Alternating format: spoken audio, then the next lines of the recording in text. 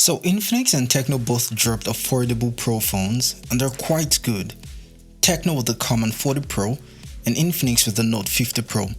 Both have a lot in common and a few differences, and they're priced really close to each other.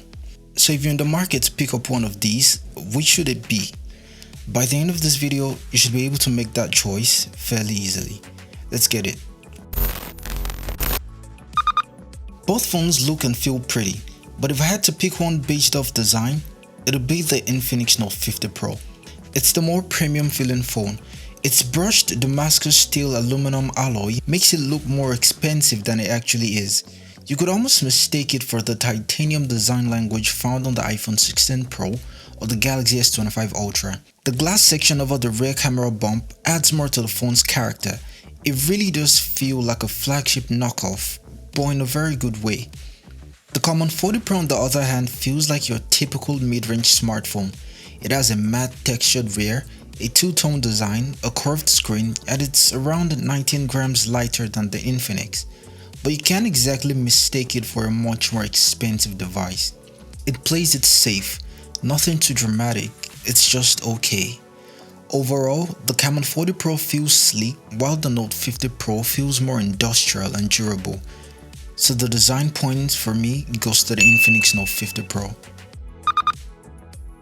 Both phones are powered by the exact same chipset, the MediaTek Helio G100 Ultimate, even though Tecno's website claims that it is powered by the Dimensity 7300 Ultimate, but in any case, the model I tested was on the G100 Ultimate.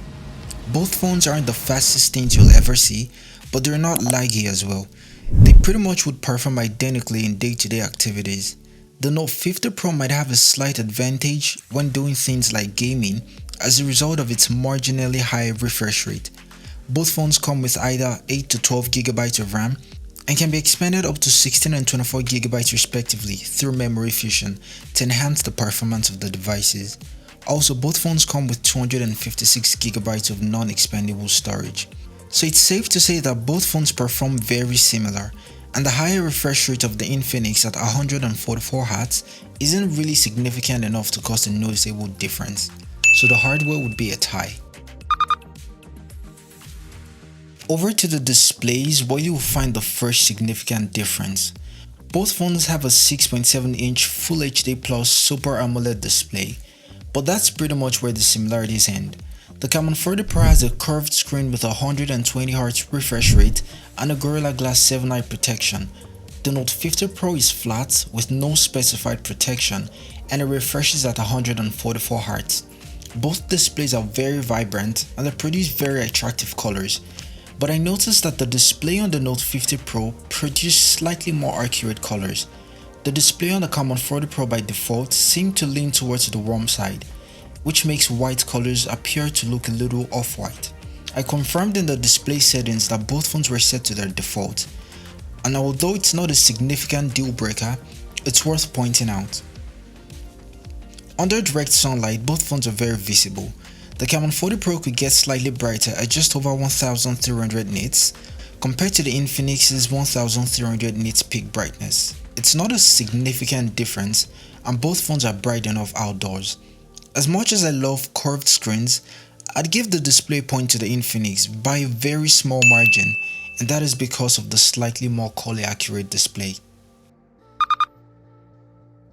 On the software front, both phones run the same different software skins. This is due to them being branded as different on paper, but are as identical as it gets in real life. Everything but their names are pretty much the same.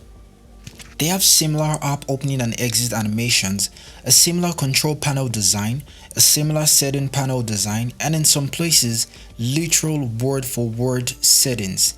It's not a bad thing, considering that Tecno, Infinix, and Itel are owned by the same company, with Itel being the slightly uninteresting brand.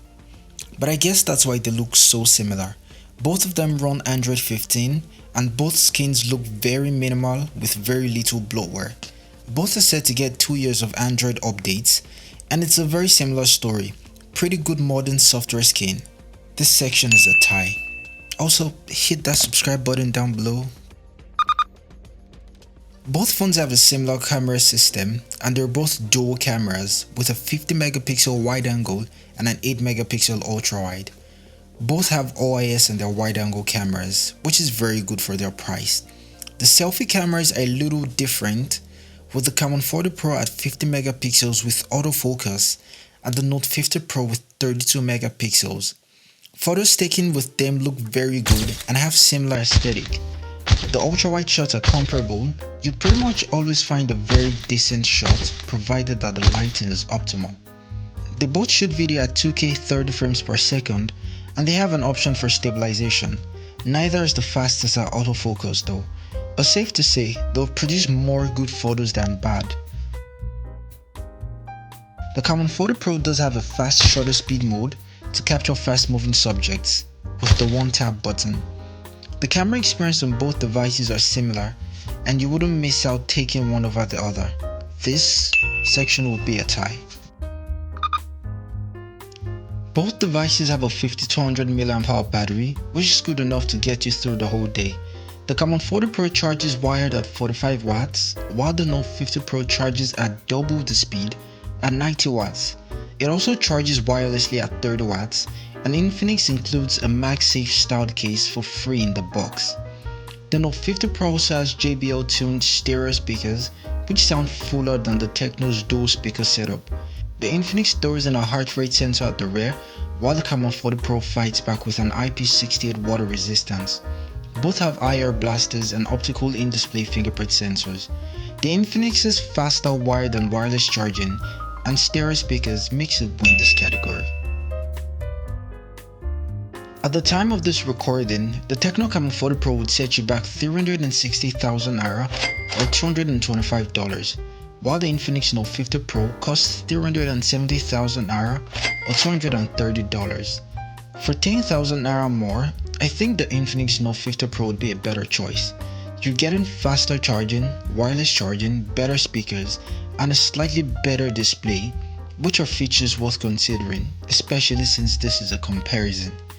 My money goes to the Infinix Note 50 Pro. If you enjoyed this video, please give it a like and subscribe, and comment down below what you'd like to see next, and I'll catch you in the next video.